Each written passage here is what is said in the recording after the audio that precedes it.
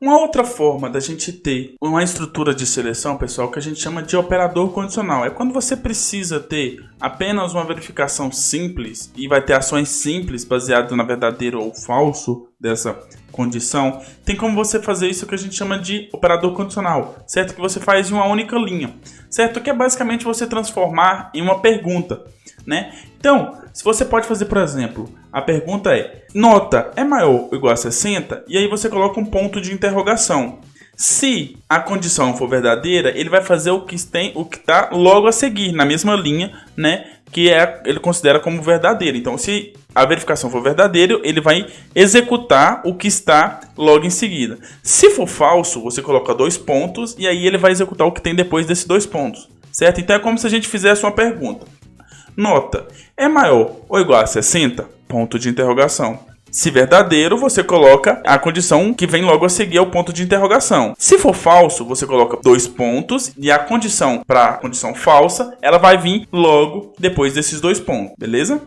Então, pessoal, voltando aqui para o NetBeans, né? Eu quero essa condição dentro de um println. Então, eu vou colocar system.out.println e aí dentro dos parâmetros, né? Dentro dos parênteses, o que eu vou fazer? Eu vou fazer essa estrutura, system.out.println, e dentro dos parênteses eu coloco nota é maior ou igual a 60, nota é maior ou igual a 60, e coloco ponto de interrogação. Perceba que eu estou fazendo isso dentro dos parênteses do println. Então, nota é maior ou igual a 60.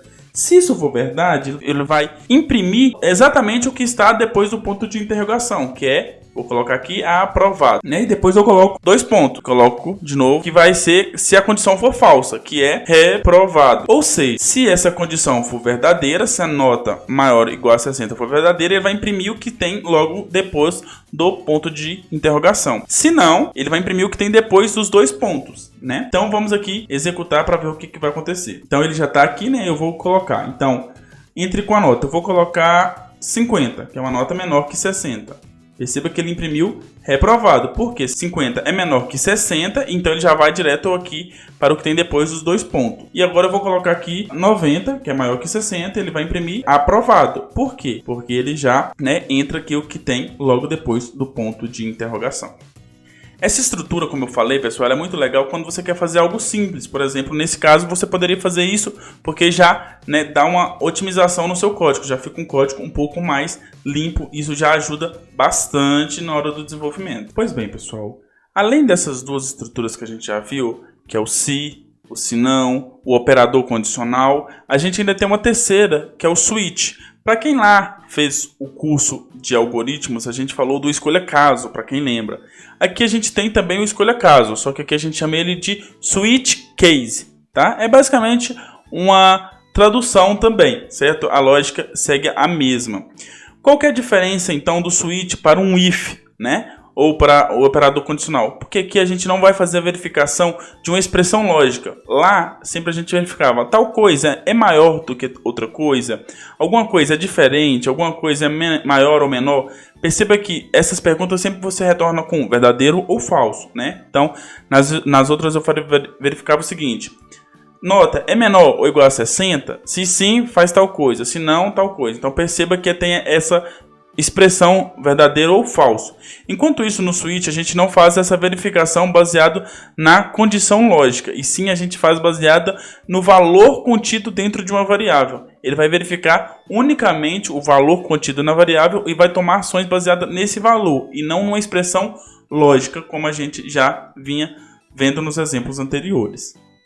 Lá no Portugal a gente ainda tem aquele outro caso, lembra? Aqui a gente tem também o mesmo, que é bem parecido, só que aqui a gente chama ele de default, né? Default, que se escreve default, né? Mas a lógica é a mesma. Então, se não entrar em nenhum dos casos, ele vai entrar automaticamente nesse caso do default, beleza? Então, vamos aqui ver como que ficaria, né, um exemplo. Então, a gente tem aqui um exemplo.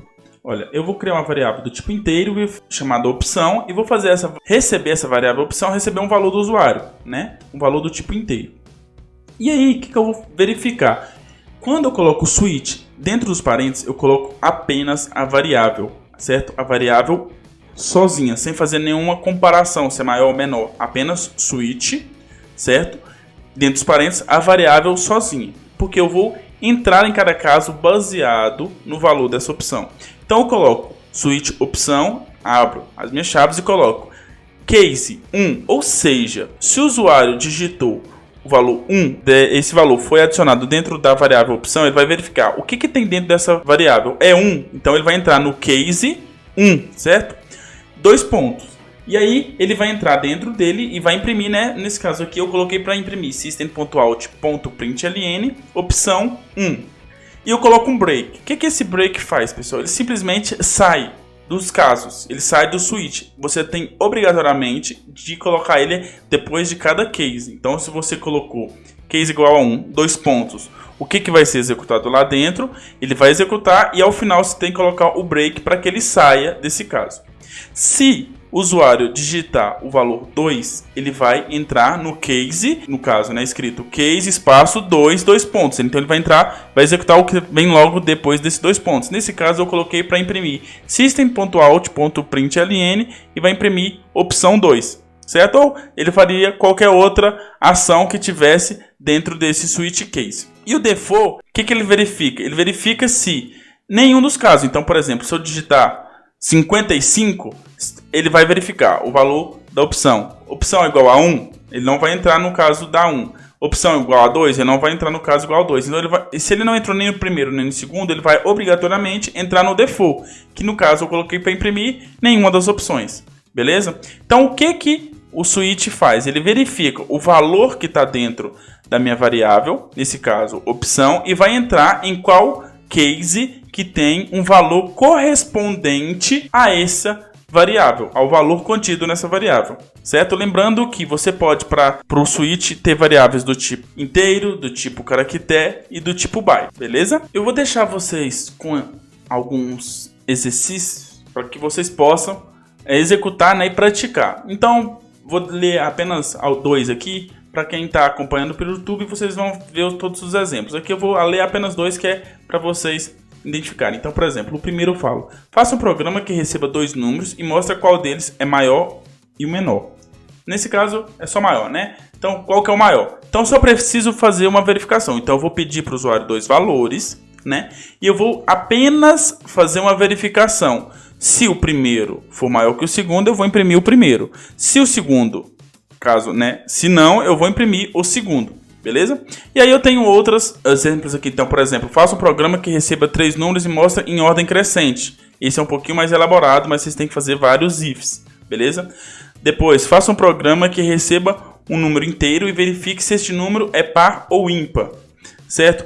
Esse eu ainda não falei com vocês aqui, mas eu vou deixar opção para vocês fazerem algumas pesquisas. Joga aí no Google que vocês vão identificar, né? A questão nesse exemplo aqui é só você verificar o resto da divisão. Pesquisa aí como encontrar o mod ou o resto da divisão em Java. Beleza? Uma dica: utiliza-se o operador de porcentagem. Tá ok? E a quarta questão aqui é: faça um programa que receba a altura e o peso de uma pessoa de acordo com a tabela a seguir, né?